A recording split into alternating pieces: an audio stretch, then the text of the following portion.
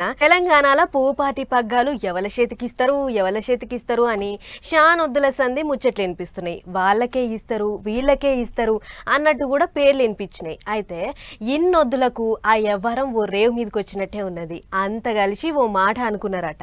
అయితే ఇప్పుడు అనుకున్న మాట మీదనే ఒక్కొక్కళ్ళు ఒక్కో తీరుగా మాట్లాడుతున్నారు. కొంతమంది అలుగుతుర్రట. చూడుర్రిగా కథ ఏందో. ఈసారి ఈటెల సారికి ఇత్తరు కావచ్చు అనుకున్నారు కొంతమంది.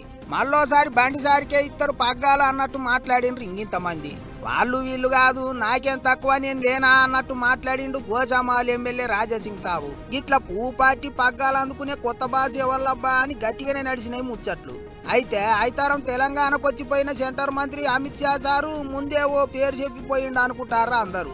ఆ పేరే రామచంద్రరావు, మాజీ ఎమ్మెల్సీ, పూ పార్టీలో వెనకటి సందున్న లీడరు. సార్ అయితేనే పెద్ద మనిషి లెక్క అందరినీ సమరస్యం చేసుకుంటా పార్టీని ముంగటికి నడిపిస్తాడు అనుకున్నారో మరి ఎట్లనో తెలియదు గాని ఇక ఆయన పేరే అనుకున్నారట అందరూ.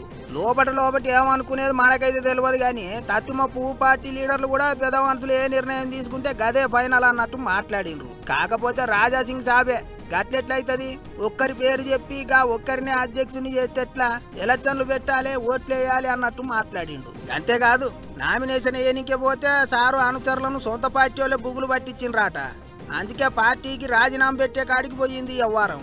కిషన్ రెడ్డి గారికి ఒక మాట చెప్పి వస్తున్నా, మీ చేతి నుంచే ఇవాళ భారతీయ జనతా పార్టీలో నేను జాయిన్ అయినా, నేను నా రాజీనామా మీ చేతికే ఇస్తున్నా, ప్లీజ్ మీరు యాక్సెప్ట్ చేయండి అని కిషన్ రెడ్డి గారికి ఒక లెటర్ ఇచ్చి వచ్చిన కాదన్నట్టు గట్టిగానే నారాజు అయినట్టుండు. పెద్ద నిర్ణయం తీసుకున్నాడు. మరి సారు నెట్టసార్లుగా చేస్తారో ఏమో చూడాలి. ఇంకో దిక్కు అధ్యక్షుని పదవికి రామచంద్రరావు సారు నామినేషన్ వేసేసిండు. అటు ఏపీలో కూడా అధ్యక్షుని పదవికి ఒక్క నామినేషనే వచ్చింది. పివిఎన్ మాధవ్ ను పార్టీకి పెబ్బను చేయాలని అనుకున్నారట పెద్ద మనుషులు. అందుకే ఎవ్వరు పోటీకి రాలేదు. మొత్తానికి కొత్త బాసులు ఎవరిలో ముందుగానే చెప్పేసిండ్రు.